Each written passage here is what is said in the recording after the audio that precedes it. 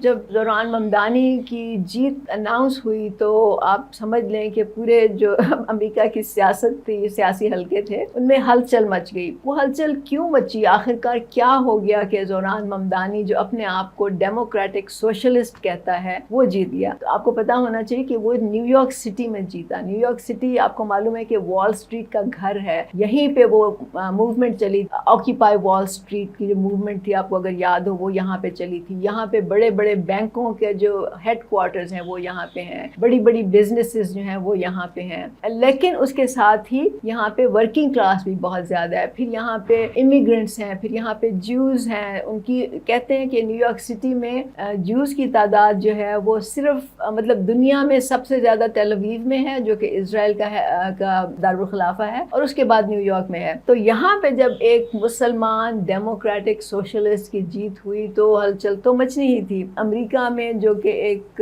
Capitalism کا گڑھ ہے، جہاں پہ سوشلزم کا نام لینا بھی گالی کے طور پہ استعمال کیا جاتا ہے، وہاں پہ یہ ایک واقعی بڑی بات ہوئی کہ زوران ممدانی ایکچولی جیت گئے۔ اچھا، یہ زوران ممدانی کا ڈیموکریٹک سوشلسٹ ہونا کوئی ایک نئی بات نہیں تھی۔ مطلب اس سے پہلے آپ کو معلوم ہے کہ برنی سینڈرز جب امریکہ کے صدر کا انتخاب لڑ رہے تھے اور وہ ڈیموکریٹک نامینیشن کے لیے اسٹرگل کر رہے تھے، تو انہوں نے بھی ڈیموکریٹک سوشلزم کا نعرہ لگایا تھا، انہوں نے بھی جو پروگرام پیش کیا تھا وہ ورکنگ کلاس کے لیے پیش کیا تھا۔ لیکن فرق یہ ہے کہ برنی سینڈرز جو تھے وہ جیت نہیں سکے، زوران ممدانی جیت گیا، حالانکہ وہ نیو یارک سے جیتا جو کہ بہت چھوٹا علاقہ ہے کمپیئر ٹو پریزیڈنشل الیکشن، لیکن بہرحال وہ جیت گیا، اس لیے وہ ایک بڑی خبر بن گئی۔ ایک اور اس کا پوائنٹ ہے وہ یہ ہے کہ ایک تو ظاہر ہے کہ ایک سوشلسٹ جیت گیا، ایک بہت بڑی بات ہوئی، لیکن اصل میں لوگوں کو یا رائٹ ونگ کو، رائٹس دائیں بازو کی جو لوگ پالیٹکس کرتے ہیں، جو کیپٹلسٹ ہیں، جو بڑے بڑے امیر لوگ ہیں، ان کو اتنا کیا اس سے ایک دم سے خوف محسوس ہوا کہ ایک زوران ممدانی جیت گیا ایک شہر میں؟ اصل میں بات یہ ہے کہ جو ان کو خطرہ ہے وہ زوران ممدانی سے نہیں ہے، اصل میں جو ان کو خطرہ ہے وہ اس کے آئیڈیاز سے ہے، وہ اس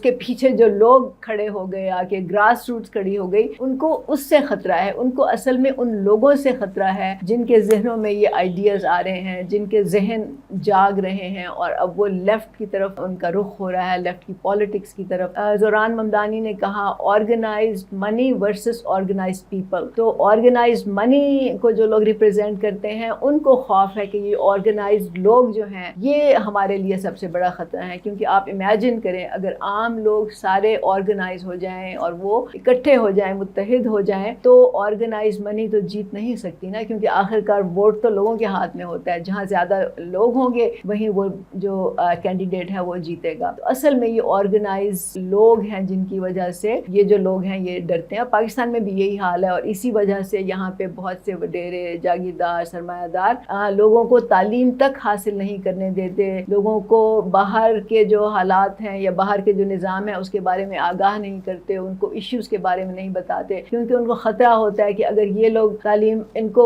واقعی سیاسی شعور آ گیا تو یہ ہمارے لیے خطرہ ہو جائیں گے۔ اور یہی حال جو ہے اس وقت امریکہ میں بھی اس کا یہی خوف ہے۔